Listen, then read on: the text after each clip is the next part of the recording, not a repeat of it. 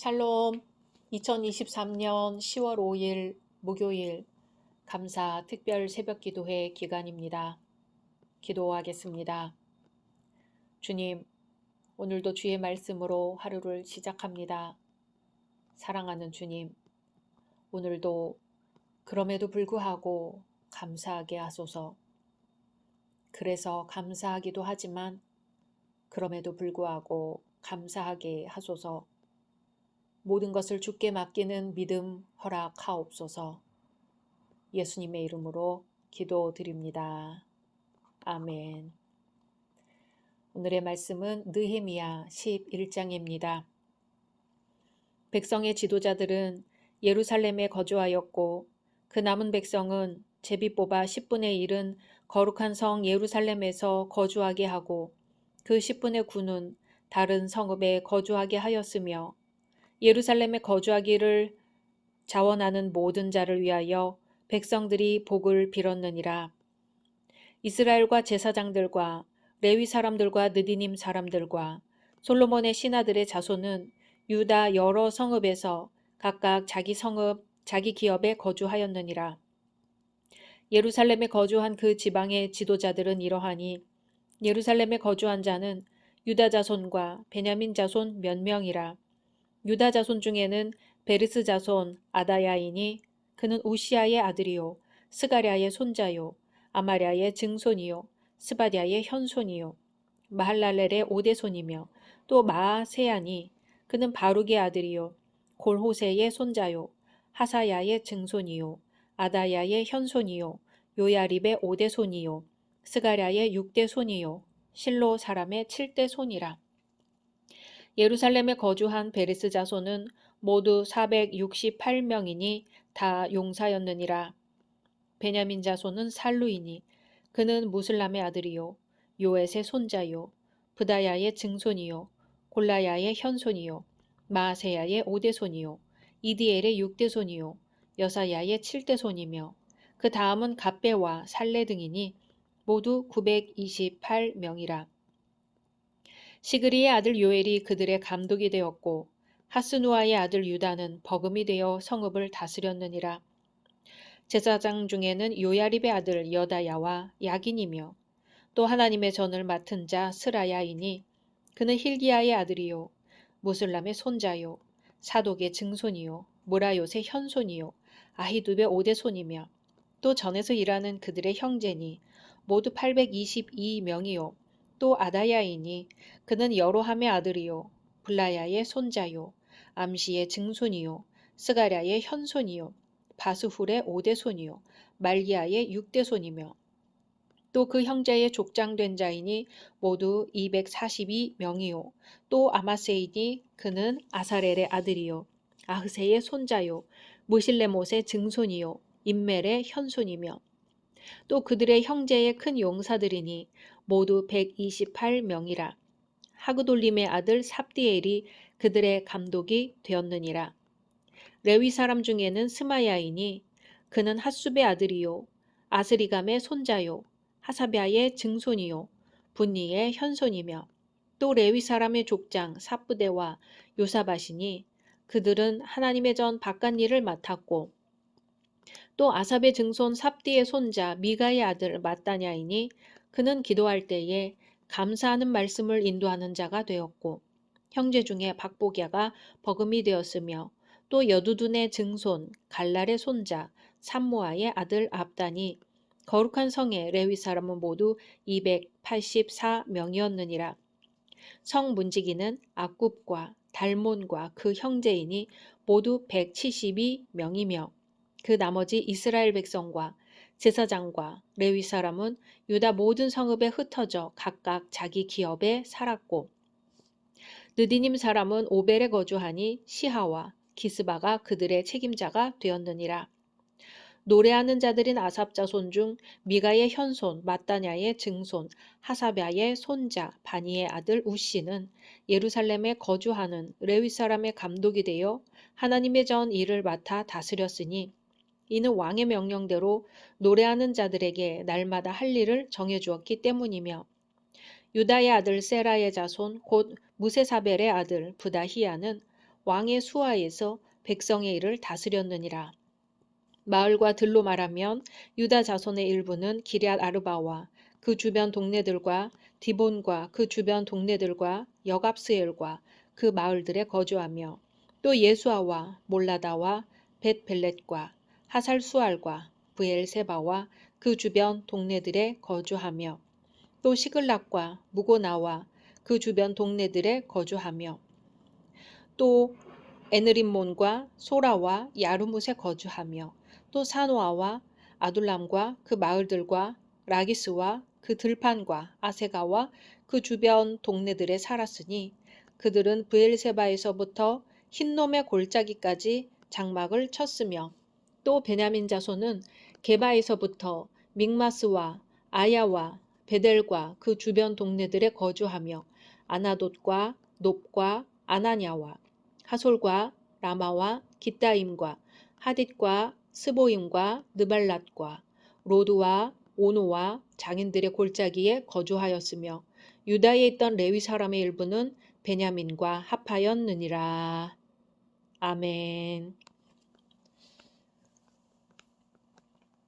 교사와 학생들이 학교를 세워가고 사원들은 회사를 세워가며 국민은 국가를 세워가고 성도는 하나님 나라를 세워가는 사람들입니다. 예루살렘은 이 땅에 세워진 하나님 나라의 도성입니다. 느헤미야가 예루살렘 성벽을 다시 수축하였을 때 예루살렘 성전이 있는 곳은 아직도 적의 위험이 도사리고 있는 변방이었습니다. 그러므로 예루살렘에서 살려고 하는 사람이 많지 않았습니다. 그러나 사람이 살지 않으면 성을 지키기가 어려우니 누군가 거기 살아야만 했습니다. 그래야 하나님 나라가 세워지지요. 1절에 백성의 지도자들은 예루살렘에 거주하였고 그 남은 백성은 제비 뽑아 10분의 1은 거룩한 성 예루살렘에서 거주하게 하고 그 10분의 9는 다른 성읍에 거주하게 하였으며. 아멘. 이 말씀에 의하면 백성의 지도자들이 예루살렘에 거합니다. 당시 예루살렘은 변방이었기 때문에 사람들이 거주하기 꺼려하는 곳이었습니다. 그래서 백성의 지도자들은 좋은 자리를 차지하지 않고 어려운 곳인 변방을 선택합니다. 그 나라가 흥할 것인가 아니면 망할 것인가를 알아보려면 그 나라의 지도자들이 변방에 있는가 아니면 중심에 있는가를 보면 됩니다. 교회도 마찬가지일 것입니다. 그 교회가 좋은 교회인지 아닌지를 알아보려면 교회의 지도자들이 어떤 자세로 교회를 섬기고 있는가를 보면 알 수 있습니다. 힘들고 위험하며 또 체면이 서지 않는 변방에는 평신도들만 있고 교회의 중직자라고 하는 지도자는 존귀하고 대접받는 자리에만 있으려고 한다면 그 교회는 결코 좋은 교회가 될 수 없을 것입니다. 교회의 변방에서 언제나 무거운 일을 교인들 앞서서 감당해야 한다는 뜻에서 교회의 지도자들을 중직자라고 부르는 것입니다. 예루살렘은 하나님이 계시는 성전이 있는 성입니다. 성도들이 꿈에도 사모하던 시온 성이었습니다. 하나님의 도성입니다. 그러나 포로에서 돌아온 이들이 무너진 성벽을 완성할 당시의 예루살렘은 별로 매력이 없는 곳이었습니다. 왜냐하면 예루살렘의 주위에는 산발랏과 도비야와 게셈 사람들과 같이 이스라엘 백성들을 괴롭히려고 하는 적들이 진을 치고 있었기 때문입니다. 예루살렘의 뜻이 평화의 도성이고 거룩한 성이기는 하지만 당시에는 바벨론의 침공 흔적이 곳곳에 남아있고 성벽은 무너진 황량한 곳이었습니다. 그래서 사람들은 예루살렘에 머물려고 하지 않았습니다. 그래서 오늘 말씀은 사람들이 예루살렘에 살려고 하지 않았기에 이 예루살렘으로 사람을 보내는 사건에 대한 것입니다. 그러나 시간이 지나면서 예루살렘은 점차 중심이 되어 갑니다. 변방에서 살기 싫어 중심에서 살려고 했던 유다의 여러 성읍들은 나중에 변방으로 변화됩니다. 반면 변방으로 취급되었던 예루살렘은 나중에 중심이 됩니다. 예루살렘이 아직 변방일 때 예루살렘으로 들어왔던 백성의 지도자들은 예루살렘을 사랑하는 사람들이었기에 나중에는 모두 형통하게 되었습니다. 그리고 백성들 중 10분의 1은 비록 강제적으로 예루살렘에 들어와서 살아야 했지만 결국 형통하게 되었습니다. 예루살렘 성은 이제 백성의 지도자들과 함께 제사장들과 레위인들이 함께 살게 됩니다. 느헤미야는 이스라엘의 영적인 부흥을 일으키기 위해 제사장들과 레위인들에게 집중했습니다. 레위 사람들은 하나님의 전에서 노래하는 일도 맡았지만 16절에 보면 하나님 전에 바깥 일을 맡았다고 합니다. 제사장들이 하나님 전 안에서 직무를 다했다고 한다면 레위 사람들은 하나님의 전 바깥에서 일반적인 일을 담당했습니다. 특별히 헌물을 수집하거나 성전의 여러 가지 일들을 위한 것을 공급하는 등의 일을 담당했습니다. 제사를 드리는 일이 아니라 보조적인 일을 한 것이죠.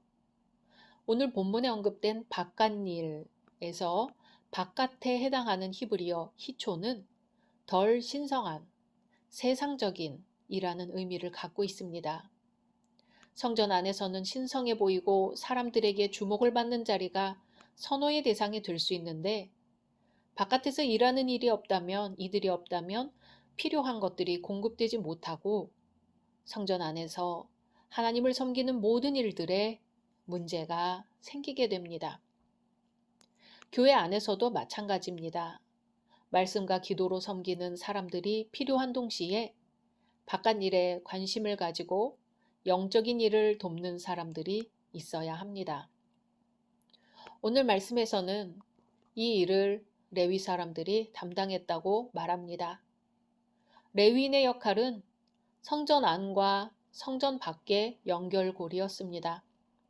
사람들이 성전 안쪽과 제사장에게 집중하고 있을 때 레위인들은 하나님의 전을 위해 보이지 않는 구석구석에서 성전 바깥 일에 충성했던 것입니다. 무너진 성벽을 다시 세우는 부흥의 역사에는 반드시 바깥 일에 관심을 갖는 사람들이 필요하다는 것을 강조하는 말씀입니다. 그러므로 각 성도는 하나님께서 나에게 맡겨주신 직분을 통해 어디서든지 주님의 교회를 섬기는 일에 집중해야 할 것입니다. 레위인의 두 번째 역할은 성도들의 기도를 살리는 일이었습니다. 17절을 보면 또 아삽의 증손 삽디의 손자 미가의 아들 mat단야이니 그는 기도할 때에 감사하는 말씀을 인도하는 자가 되었고. 아멘. mat단야라는 사람은 음악의 은사가 있었던 것 같습니다.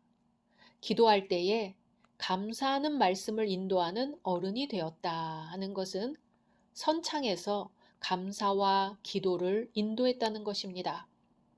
이것은 곡조 붙은 기도인 찬양 속에 반드시 감사가 들어갔다는 것입니다. 교회 안에는 꾸준히 기도의 불씨를 살리는 사람이 필요합니다. 기도를 살리고 세우는 것이 레위인의 역할이었습니다. 예루살렘 안에서 예배가 행해질 때 그들은 기도를 돕고 살려 기도의 방향을 하나님께 대한 감사로 맞추는 일을 했습니다. 예루살렘에서의 삶이 아무리 궁핍하고 어려워도 예배하러 하나님께 나온 이상 그들의 기도 속에는 하나님을 향한 감사를 심어주는 것이 레위인의 역할이었습니다. 우리의 기도 속에 감사가 들어있습니까? 감사가 들어간다면 그것은 그 다음에 하나님께서 주실 복과 은혜를 미리 누리는 것입니다. 우리의 기도에 감사가 넘치기를 바랍니다. 우리 기도 속에 감사가 넘칠 때 하나님께서는 우리를 통해 교회를 부흥시키시고 하나님의 나라를 굳건히 세우실 것입니다. 레위인들의 또 하나의 역할은 성의 문지기 역할입니다. 예루살렘을 출입하는 모든 사람들의 형편을 살피고 외적의 침입을 방지하는 것이 문지기들의 역할입니다. 오늘날로 하면 교회의 영적 파수꾼이죠. 레위인들은 성 문지기의 일을 하면서 성을 드나드는 사람들에게 이 성은 하나님께서 다스리시는 성입니다. 이 성은 하나님의 약속이 있는 성입니다. 라고 하였습니다. 우리는 하나님 나라의 제사장들이며 레위인입니다. 교회 안팎으로 더 관심을 갖고 교회를 세우는 사람들, 그리고 성도들의 기도를 감사함으로 살리는 사람들입니다. 그리고 문지기로서 이곳은 하나님께서 역사하시는 하나님의 땅입니다 하고 가르치고 설득하며 교회를 세우는 사람들입니다. 우리가 이러한 레위인의 직분을 감당하도록 성령께서 역사해 주시기를 소망합니다. 각자 말씀 묵상하신 후 주기도문으로 마치겠습니다.